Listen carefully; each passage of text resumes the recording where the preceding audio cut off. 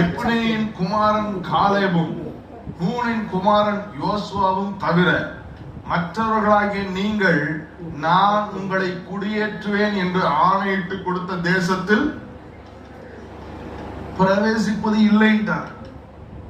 கவனிங்கள், தயவு செய்து புரிந்து கொள்ளுங்கள். தண்ணீர் ஞானஸ்தானம் பெற்றவர்கள் எத்தனை பேர்? 30 லட்சம் பேர். எத்தனை பேர்? 30 லட்சம் பேரும் சமுத்திரத்தை கடந்தார்கள். ஆனால் யார் யார் நிமிர்வான்னு கேட்டா 30 லட்சம் பேர்ல 2 பேரை சொல்றாங்க. யாராண்டவரை நிமிர்வா? நுகத்தடிகள் முறிந்தவர்களாய் நிமிர்ந்து நிற்க போகிறது யார்? இந்த 30 லட்சம் பேர்ல அந்த நூனின் குமாரனாகிய யோசுவாவும் எப்னேயின் குமாரனாகிய காலேபும், இவங்க 2 பேர் தான். ஆண்டவரை எல்லாரும் சமுத்திரத்தை கடந்தார்கள். எல்லோரும் மோசே வழியாக சமுத்திரத்திற்குள்ளாக ஞானஸ்தானம் பெற்றவர்கள் இல்லப்பா. முத்திரை பெற்றவர்கள், மனம் மாறாதவர்கள். எப்படிப்பட்டவர்கள்? முத்திரை பெற்றவர்கள் தான், சமுத்திரத்தை கடந்தவர்கள் தான், முங்கி எழுந்தவர்கள் தான். நான் சொல்லுகிறது விளங்குறதா? எத்தனை பேர் விளங்குது? எல்லாம் சமுத்திரத்தை கடந்துட்டாங்க. எத்தனை பேர்? 30 லட்சம் பேரும் கடந்துட்டாங்க.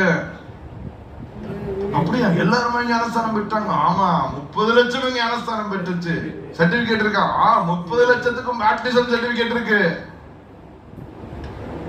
அப்புறம் ஆண்டவரே 2 பேர் தான். 30 லட்சமும் வெறும் சீலோட வந்திருக்கு.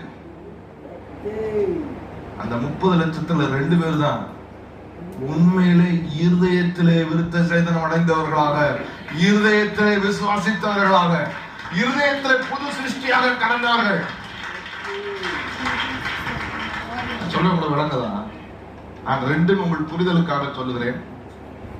வேதத்தை ஆராய்ந்து பார்த்தால் யோசுவாவின் சந்ததிக்கும் காலேபின் சந்ததிக்கும் கர்த்தர் ஆசீர்வாதத்தை விட்டார். சந்ததி யோசுவா, நீயும் ஒரு சந்ததி. காலேப், நீயும் ஒரு சந்ததி.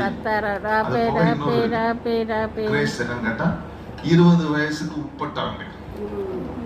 அப்படின்னா immature people who really do not have wisdom. நீங்கள் யோசுவாவின் புஸ்தகத்துல தான் படித்து பார்த்தால் people who are below 20 years of